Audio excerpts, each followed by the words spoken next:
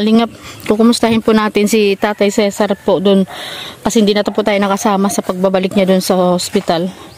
Ayan, pupunta po tayo dito sa bahay at kukumustahin po natin kung ano pong resulta ng doktor sa pagbalik nila kahapon. Tay! Tay, tulog ka, Tay? Tulog ka? Ay, hindi. Pwede, pasok ako? Ay, nasa duyan. Kumusta na ikaw? Ha? Okay lang? Sige, huwag ka na bumaba. Nagpapahinga ikaw? Anong sabi ng doktor?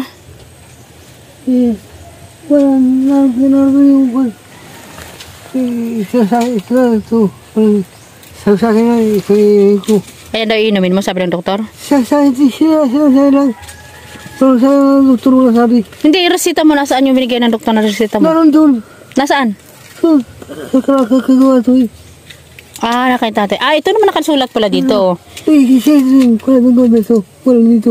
Hindi mo alam kung saan dyan ang inumin mo? Sino nagpapainom sa'yo ng gamot? Isa, ito, talo sa maghapon, dalawa.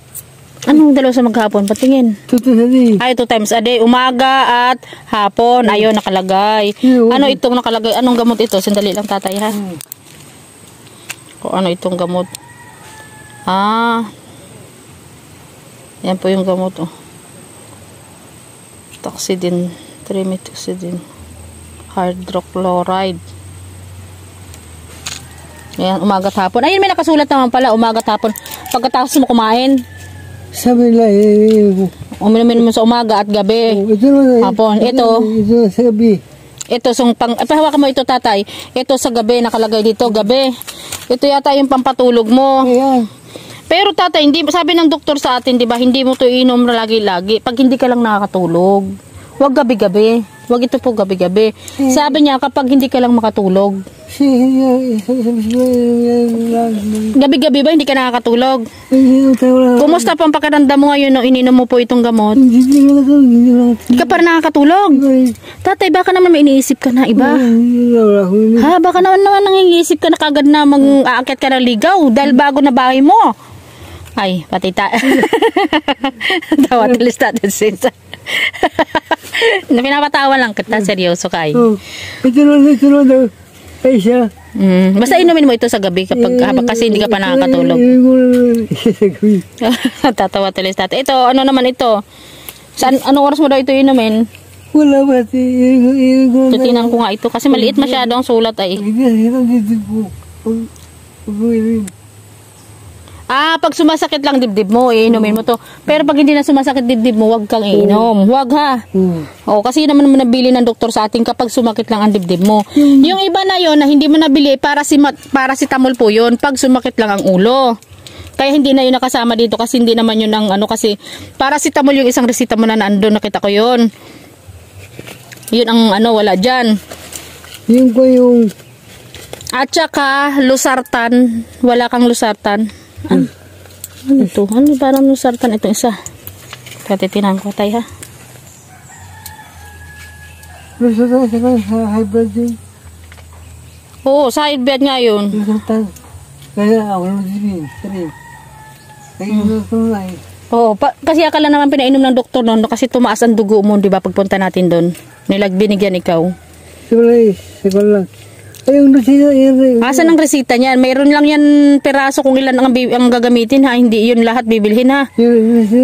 Pagkatapos po mabili natin yung gamot na yon na nakailagay doon, babalik ka po uli sa doktor. Papa-follow up, check up ka po uli ha. Titingnan ko mamaya yung kay Tatay Waning kung ano yung resita mo. Tag-ilan yung nabili nyo? Tigsa 10? Ay, binigay po yan sa ospital yung gamot. Binigay ito.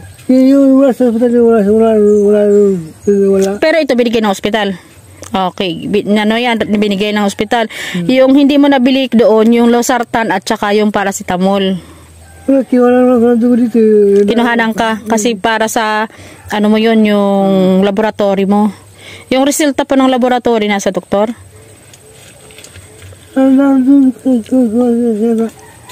Nandun kay Tatay Atoy lahat ng record mo?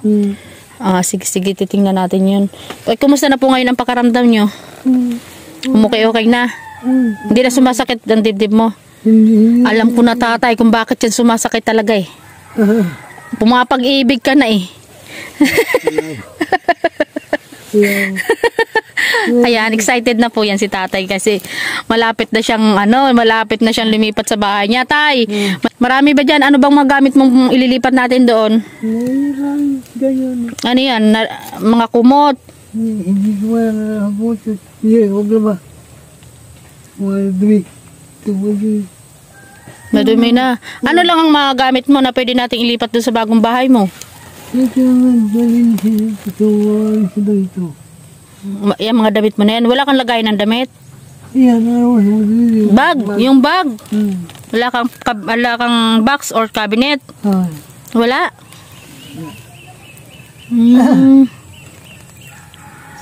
Pero wala akong sana ng pagbuhat. Yung kumot niyo, asama pa hindi paglaba. Hindi paglaba. Yan, nakakapaglaba. Makalim nga po. Ano yan? Labahin mo yan kasi nga nagkasakit ka kaya hindi ka nakapaglaba.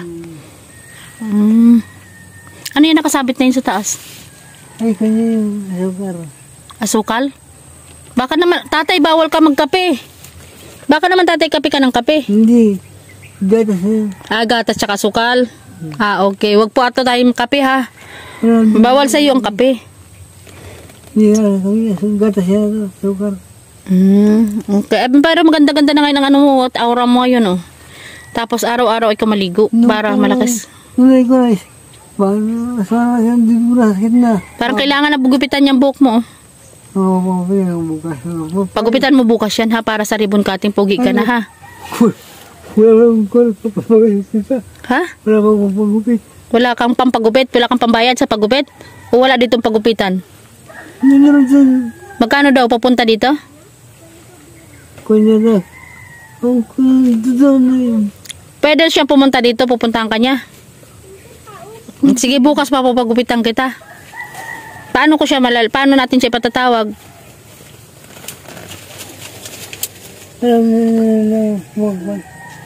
Ha? Patatawag natin yung magugupit? Sa mga bata, ipapatawag natin sa mga bata. Nardo, may lang dito. Yung pitisigas po. Napunta dito lagi pag bisaki. Ay, kung siya bisaki. Kaya pala. Di bali, malapit ka nang lumipad. Pagugupitan natin yung buhok mo, sobrang haba na. Para sa ribbon cutting, pogi ka na. 40? Sige, ako na magbabayad sa pagpapagupit. 30. O sige po, ako magbabayad ng pagpapagupit mo.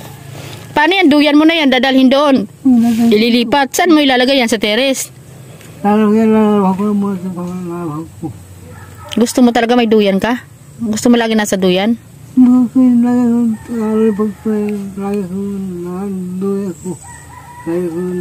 Tatay, sa umaga magpapainit ikaw.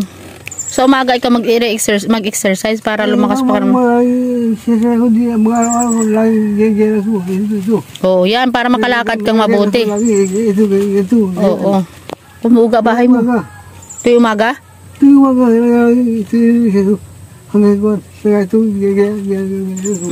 Para makakalakad ka.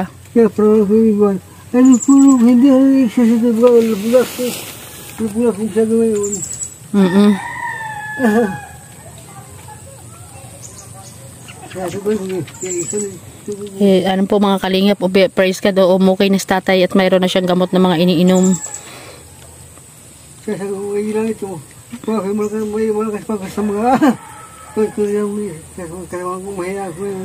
Kailangan po kasi tatay, tulungan mo din ang sarili mo para lumakas ka.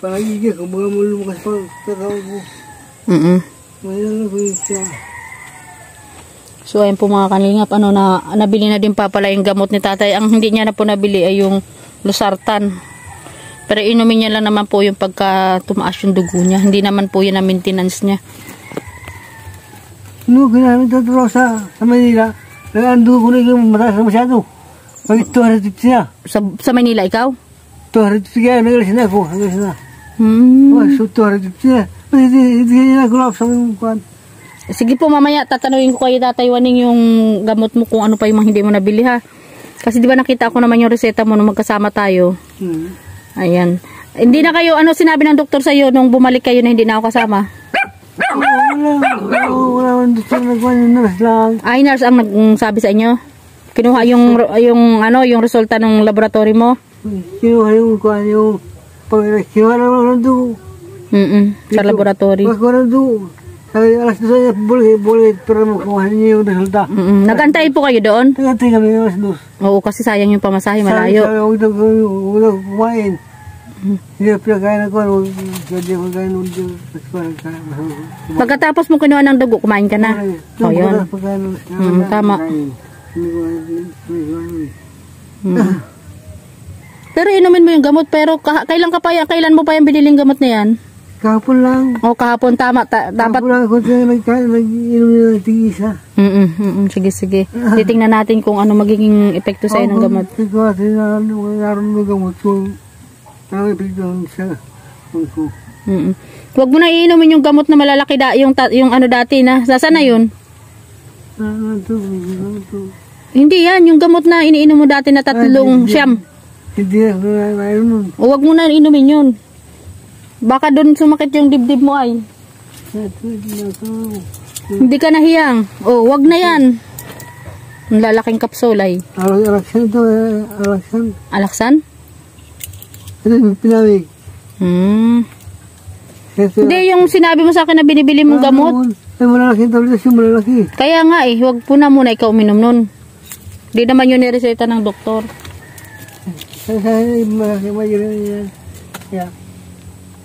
Tapos sa susunod, pag naubos yung nireseta sa'yo na gamot na bili mo, magpa-follow up, check up ka na sa doktor. Ha? Malapit lang, maano lang naman yun, libre naman doon, di ba? Wala naman tayong binayaran, gamot lang. Walang bayad kasi senior na ikaw. Pamasahe lang. Opo, pamasahe lang naman ang gagastusin. So, ayan po. Nakakalingap, okay na yung ni tatay, pakiramdam niya at nabili na yung gamot. So, ayan, bukas ay, tatay, pagugupit tayo bukas ha. Pagugupitan natin yung buhok mo para pogi ikaw sa ribbon cutting mo. Ha? May damit ikaw na maisuot maayos? Kailangan pogi. Pipicturean ka baga bukas kaya kailangan bagong gupit?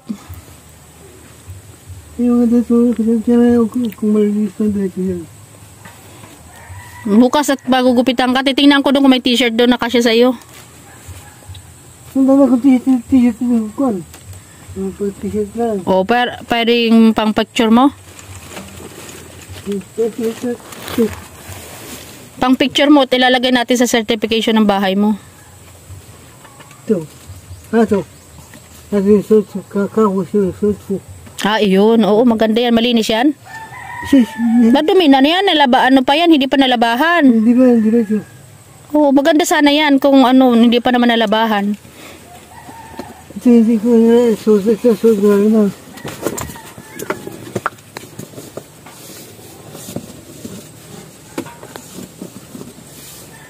Ito suit na naman ito. Nasuot mo din yan? T-shirt wala ako. Hindi mo rin nalabahan? Hindi ba? Alay, ba't mo tinatago? Dito Ilabas mo daw po yan, tatay, at pakiusap natin dun sa mga mapalabahan yung damit mo na yan.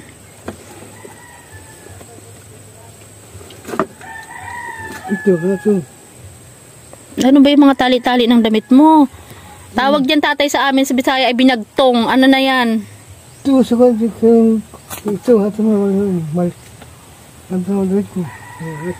Ito malinis. Ay, ayan, malinis. O, ayan, pugi ka dyan.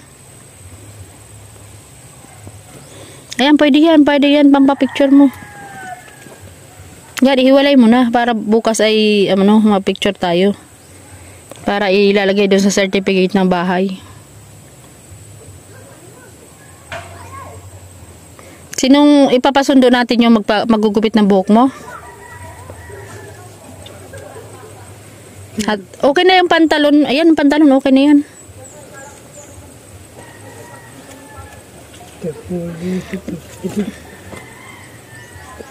Yung pong damit na ginamit mo na, kahit isampay mo lang dito tatay sa labas, wag mo na itago kasi tatago lang minin bagayan at madumi.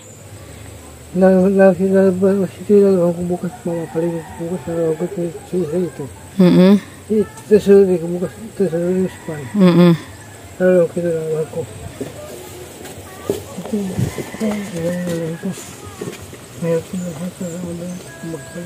Yan, mga yan kailangan niya malabahan kasi tataguluminin po yan.